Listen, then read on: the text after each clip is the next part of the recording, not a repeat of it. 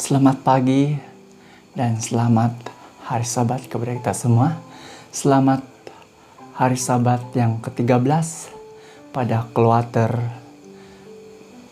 kedua pada tahun 2020. Pada waktu dan saat ini kita akan mempelajari ringkasan pelajaran sekolah Sabat pada pagi ini. Dan mari kita sama-sama hadam dan pelajari ringkasan ataupun pelajaran sekolah Sabat pada pagi ini. Tapi sebelum itu, mari kita sama-sama tunduk kepala dan kita berdoa. Mari berdoa. Tuhan Bapa Surgawi, terima kasih Tuhan karena Engkau ada bersama-sama dengan kami pada saat ini. Terima kasih atas kebijaksanaan daripada surga yang memimpin dan merestui kami di dalam pembelajaran sekolah Sabat kami pada Sabat ini. Terima kasih Tuhan karena dalam nama Yesus. Amin. Oke, sekali lagi sahabat-sahabat semua, kita akan pelajari satu tajuk yang sangat indah pada pagi ini, yaitu bertajuk hidup oleh firman Tuhan. Dan mari kita teruskan. Ada satu pertanyaan utama di dalam pelajaran ini yang mana mengatakan, apakah arti hidup mengikut firman Tuhan dan berada di bawah kuasa ilahinya? Dan selepas kita mempelajari ringkasan sekolah Sabat pada hari ini, saya percaya yang kita akan mendapat ataupun kita akan dapat menjawab soalan ini sebentar lagi. Oke, mari kita teruskan. Antara bacaan Alkitab untuk pelajaran kita pada minggu ini adalah seperti di screen. Saya akan paparkan itu nanti. Dan sekiranya Anda belum membacanya, sila pause video ini dan baca Alkitab ini untuk pendalaman pembelajaran untuk kita agar kita lebih memahami apa maksud dan tujuan pelajaran kita pada Sabat ini. Mari kita teruskan sahabat-sahabat semuanya. Ayat hafalannya terdapat di dalam Yakobus pasal yang pertama, ayat yang ke-22. Ayat ini berbunyi begini, tetapi hendaklah kamu menjadi pelaku firman dan bukan hanya pendengar saja. Sebab jika tidak demikian, kamu menipu diri sendiri. Mari kita teruskan. Tiada guna kita mempelajari Alkitab sekiranya kita tidak berazam untuk hidup dengan mentaati apa yang kita telah pelajari itu. Dan penurutan kita akan merubah hidup kita dalam cara yang menarik untuk meningkatkan pemahaman dan pengetahuan kita.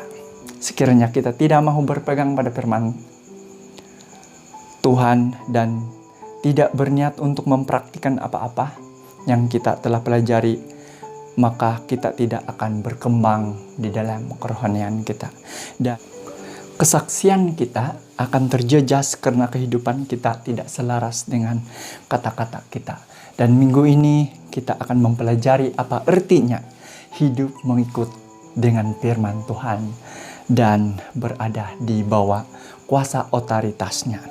Dan antara topik pelajaran kita pada Sabat ini antaranya adalah yang pertama, pelajari dan hidupkan firman Tuhan dengan pimpinan Roh Kudus. Dan yang kedua, praktikan firman Tuhan seperti Yesus melakukannya. Dan yang ketiga, terimalah kebenaran keseluruhan Alkitab.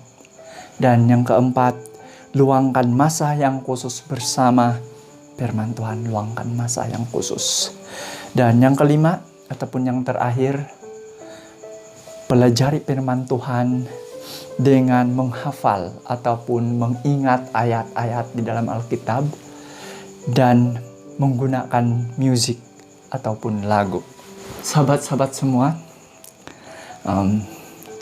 terdapat satu lagi persoalan untuk kita yang mana berbunyi begini, siapa yang sepatutnya menguasai diri kita dalam mempelajari dan mempraktikkan firman Tuhan? Di mana topik yang pertama dapat menjawab soalan ini, yang mana topik yang pertama tadi mengatakan begini, pelajari dan hidupkan firman. Firman Tuhan. Pelajari dan hidupkan firman Tuhan dengan pimpinan Roh Kudus. Ini adalah yang pertama dan yang sangat penting apabila kita mempelajari Alkitab. Sebab apabila kita mempelajari Alkitab, kita sudah diajar sebelum kita membuka Alkitab, maka kita akan berdoa untuk memohon pimpinan Roh Kudus ataupun kebijaksanaan daripada surga agar kita merendah diri di hadapan Tuhan dan kita dapat mengerti firman itu dengan sebaiknya dan sesuai dengan kehendak Tuhan. Nah, kita teruskan saudara-saudara. Ayatnya kita boleh kutip di dalam Filipi pasal yang kedua ayat yang ke-13 mengatakan, karena Allah lah yang mengerjakan di dalam kamu baik kemahuan maupun pekerjaan menurut kerelaannya ataupun menurut kerelaan Tuhan, dan mempelajari firman Tuhan dengan cermat dan dengan keadaan yang betul adalah penting. Dan matlamat utama mempelajari Alkitab bukanlah untuk memperoleh pengetahuan yang lebih luas dan indah, tetapi sebaliknya firman Tuhan yang menguasai kita. Menurut Paulus, mempelajari firman Tuhan mesti membawa perubahan besar dalam kehidupan kita. Dan ini tercatat dalam ayat yang seterusnya, itu dalam Filipi 2 ayat 14 hingga 16. Dan bagaimana kita harus melakukannya? Kita mesti merelahkan Roh Kudus berfungsi agar perubahan itu dapat berlaku. Dan bagaimana ini terjadi? Karena Tuhanlah yang bekerja di dalam diri kita. Seperti yang dikatakan dalam ayat yang ke-13 tadi. Dan apa fungsi Roh Kudus itu? Fungsi Roh Kudus ada beberapa di sini, yang mana Roh Kudus akan menerangi pikiran kita. Dengan bantuan Roh Kudus boleh membawa kita kepada Kristus. Dan Dia ataupun Roh Kudus boleh membawa kita kepada kebenaran. Dan yang keempat, Roh Kudus memberikan kita harapan dan keyakinan. Dan yang kelima, Roh Kudus memberikan kita sukacita. Yang keenam, Roh Kudus mengisi hidup kita dengan kasih. Dan yang ke-7, Roh Kudus membawa kita kepada penurutan. Dan ini saya akan paparkan di screen. Dan soalan yang seterusnya, siapa teladan kita yang terbaik di dalam mempraktikkan firman Tuhan? Tidak lain tidak bukan, selagi kita di dunia, tiada satu contoh pun ataupun role model yang kita boleh ikuti yang benar-benar melakukan firman Tuhan. Dan tidak lain tidak bukan, mari kita praktikan seperti yang dikatakan di dalam topik yang kedua, di mana mari kita praktikan firman Tuhan seperti Yesus melakukannya. Dalam Lukas pasal yang 10 ayat yang ke-26 dan 28 mengatakan, jawab Yesus kepadanya, apa yang tertulis dalam hukum Taurat? Apa yang kau baca di sana? Jawab orang itu, kasihilah Tuhanmu Allahmu dengan segenap hatimu, dengan segenap jiwamu, dan dengan segenap kekuatanmu, dan dengan segenap akal budimu. Dan kasihilah sesamamu manusia seperti dirimu sendiri. Kata Yesus kepadanya, jawabmu itu benar. Perbuatlah demikian, maka engkau akan hidup. Tiada contoh yang lebih baik dan lebih menginspirasikan untuk diikuti berbanding Yesus Kristus. Dia cukup mengetahui Alkitab dan menuruti firman Tuhan yang telah ditulis dan berpegang padanya. Yesus memahami kitab suci dengan baik sekali. Dia memahami firman Tuhan secara mendalam sehingga dia boleh memetik ayat-ayat yang dia hafal. Kepahaman firman Tuhan yang tertulis semestinya berpunca daripada masa yang diluangkan bersama Tuhan dalam mempelajari kitab suci. Kita harus mengikuti teladan Dia yang berkata, belajarlah dari aku. Yesus mempelajari kitab suci, Dia dapat mengingatnya dan menerapkannya dengan betul dalam berbagai aspek kehidupannya.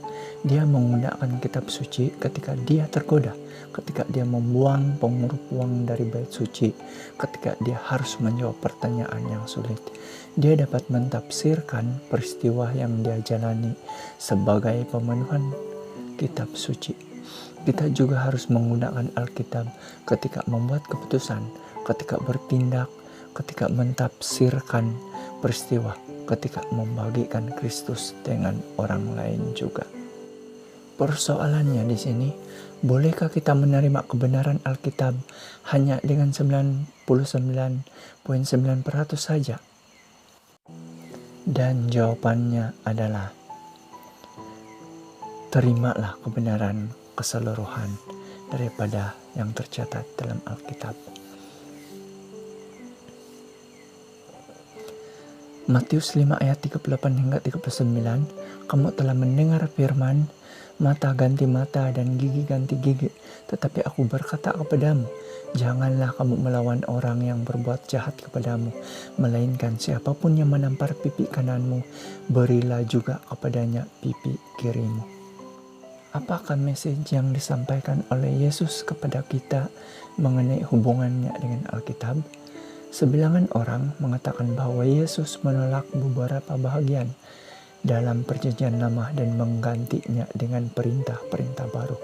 Namun Yesus sama sekali tidak menolak perjanjian lama. Dia memberi perjanjian lama makna yang lebih luas sebagai gantinya. Dia menjelaskan bahwa dia tidak datang untuk menghapuskan hukum atau kitab para nabi. Menolak sebahagian Alkitab tidak pernah menjadi kehendaknya.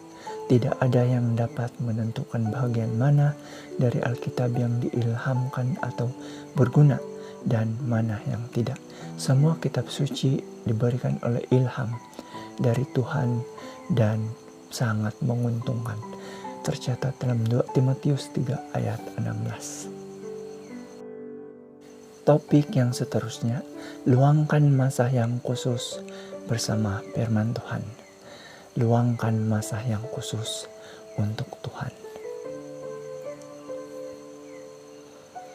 Bagaimana kita boleh meluangkan masa khusus dalam mempelajari firman Tuhan? Kita akan mengetahui sebentar lagi di dalam ayat yang seterusnya ini, yang mana tercatat di dalam Mazmur 46 ayat 11. Diamlah dan ketahuilah bahwa akulah Allah, aku ditinggikan di antara bangsa-bangsa, ditinggikan di bumi. Hidup kita cenderung menjadi sibuk dan dipenuhi dengan tekanan dan stres. Kadangkala kita terpaksa bekerja keras hanya untuk hidup dan mendapatkan sesuap nasi. Ada masanya biarpun kita mempunyai keperluan asas, kita sibuk karena kita menginginkan yang lebih dan lebih lagi. Kita menginginkan barangan yang kita pikir boleh membuat kita gembira dan membuat kita berasa dilengkapi. Namun seperti Salomo dalam buku Pengkhotbah memberikan kita amaran bahwa hal itu jarang berlaku. Bagaimana kita dapat mengenali seseorang dengan lebih baik? Dengan menumpukan masa untuk mereka. Dan bagaimana kita dapat mengenali Yesus dengan lebih baik? Yaitu dengan menumpukan masa untuk Dia. Kita harus meluangkan masa untuk mencari Yesus melalui pembelajaran Alkitab dan doa. Kita tidak akan menemui kebenaran dalam Alkitab dengan membacanya dengan tergesa-gesa atau cepat. Kita mesti membacanya dengan teliti, merenungkannya dan membiarkan Roh Kudus berbicara dan menyadarkan kita. Sertakan waktu untuk belajar dan berdoa dalam jadwal harian Anda. Pikiran Anda akan dihubungkan dengan mata air kehidupan dan Anda akan mencerminkan Yesus. Topik yang kelima ataupun yang terakhir, pelajari firman Tuhan dengan menghafal atau mengingat dan menggunakan musik atau lagu. Dengan itu, mari kita sama-sama melihat ataupun ingin menjawab soalan ini. Bagaimana kita boleh melakukan ini dan apakah caranya?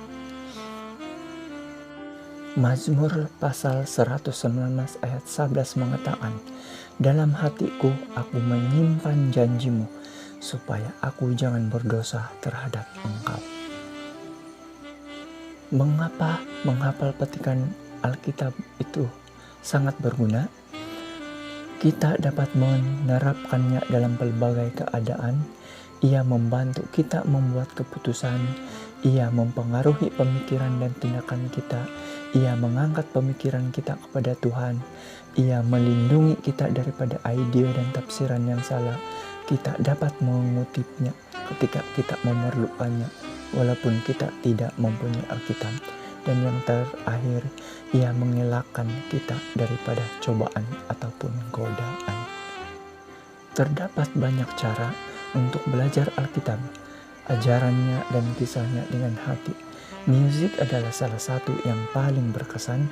Ketika kita menyanyikan lagu-lagu pujian dan lagu-lagu rohani, kebenaran Alkitab akan melekat di pikiran kita. Cara ini juga merupakan sumber dorongan dan harapan. Efesus 5 ayat 19. Pena Inspirasi mengatakan, bahagian-bahagian kecil daripada kitab suci, bahkan seluruh bab, boleh diabadikan di dalam ingatan untuk diulangi apabila syaitan datang dengan godaannya. Apabila syaitan membawa minda untuk memikirkan hal-hal duniawi dan nafsu, dia dapat ditolak dengan berkesan sekali dengan ada tertulis. Dan kesimpulannya, di dalam pelajaran sekolah sahabat kita pada minggu ini adalah firman Tuhan yang hidup itu ialah firman yang dipraktikkan dalam kehidupan sehari-hari, bukan hanya dibaca tetapi dilakukan. Pelajari dan hidupkanlah firman Tuhan dengan pimpinan Roh Kudus. Praktikkan seperti Yesus menerima kebenaran keseluruhan Alkitab. Meluangkan masa yang khusus bersama firman Tuhan dan pelajari firman Tuhan dengan menghafal atau mengingat dan menggunakan musik ataupun lagu agar firman Tuhan itu dapat diabadikan di dalam ingatan maupun melekat di dalam hati kita untuk menjadi bakalan menghadapi pencobaan dan membuatkan kita lebih dekat kepada Tuhan. Terima kasih karena setia bersama dengan saya sehingga ke penghujung video ini. Semoga Tuhan terus memberkati kita dan mari berdoa. Tuhan Bapa Surgawi, terpuji dan termulia nama-Mu ya Tuhan. Karena kebaikan dan pimpinan urapan daripada kuasa surga Roh Kudus Tuhan yang telah memimpin kami. Terima kasih Tuhan karena Engkau memberikan kami satu petunjuk yang sangat baik di dalam pelajaran sekolah sahabat kami, di mana kami telah mengetahui bagaimana kami harus mempelajari dan menghidupkan firman Tuhan hanya dengan pimpinan Roh Kudus dan mempraktikkannya seperti yang Yesus lakukan, dan kami harus menerima kebenaran di dalam keseluruhan Alkitab. Dan yang teristimewa, kami juga diberitahu yang kami harus meluangkan masa yang khusus untuk bersama belajar firman Tuhan. Dan betapa pentingnya kami mempelajari firman Tuhan dengan menghafal ataupun mengingat ayat-ayat kesukaan kami, dan juga dengan cara menggunakan musik. Dalam nama Yesus, amin.